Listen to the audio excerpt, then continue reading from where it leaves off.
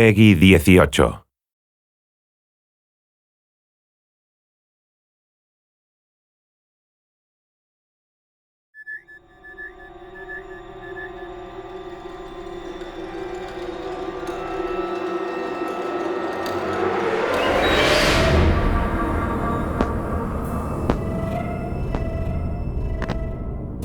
Essentially, tension comes from unanswered questions. Tension comes from anticipation.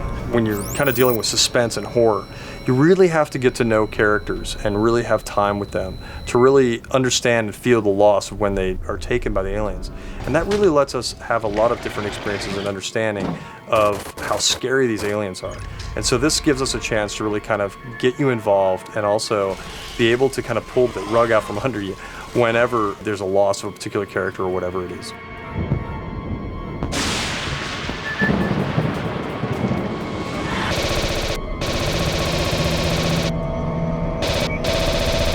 When you can survive an encounter, beat them, man, that's when you feel like a badass.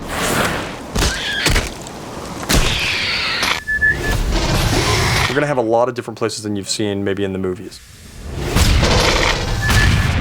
So we're going to be able to see places that you are familiar with, like Hadley's Hope. It's after the atmospheric processor has blown up, so it's been very torn up. Yeah, Winter, you are a badass, man! And it kind of had an explosion that explodes up, not out, but nonetheless, it still had an impact on what happened to some of those areas that you were familiar with. So you now get to come back in there and see them in a destroyed or distressed state that you didn't see before. You'll be able to explore areas that you hadn't seen in the movie. For example, being on the Sulaco, we'll have a lot more time to spend with the Colonial Marines there, as well as getting closer to areas that we've all wanted to see, like the jockey ship that we'll be able to explore more in and around.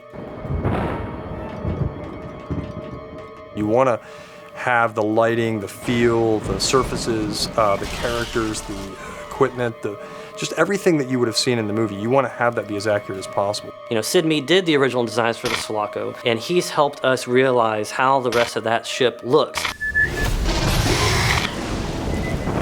Great. Now my friggin' tracker's broken.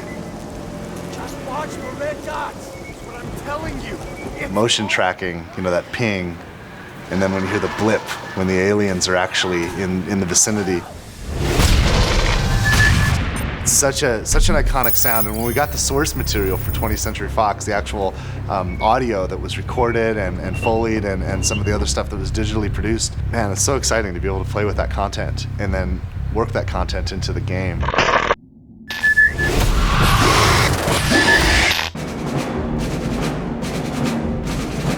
I think that Aliens fans, people who really love this franchise, are going to be really happy with the way in which we brought this forward. It's got a very strong story, it's got great action, it's got an interesting enemy. Fans should be expecting to be scared.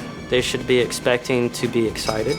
They should expect a lot of action, just like the films. They should expect an experience that is an interactive version of all the Aliens films that they've loved so much and finally realized in full 3D. You know, I've made a lot of video games, I've made a lot of action games, I've made a lot of games that involve shooting and games that involve soldiers, and I mean, and games that, you know, where we're saving the world from aliens too, frankly, and I gotta be honest, I've been stealing from aliens my entire career. You know, there's always lines from the movie or situations or events where we just borrow, and it's influenced all of us. It's influenced an entire generation. When we get to spend time in the real fiction, in the real canon, it's pretty exciting because we're not borrowing from it, we're building onto it and we're adding to it. So it's just a thrill to be involved.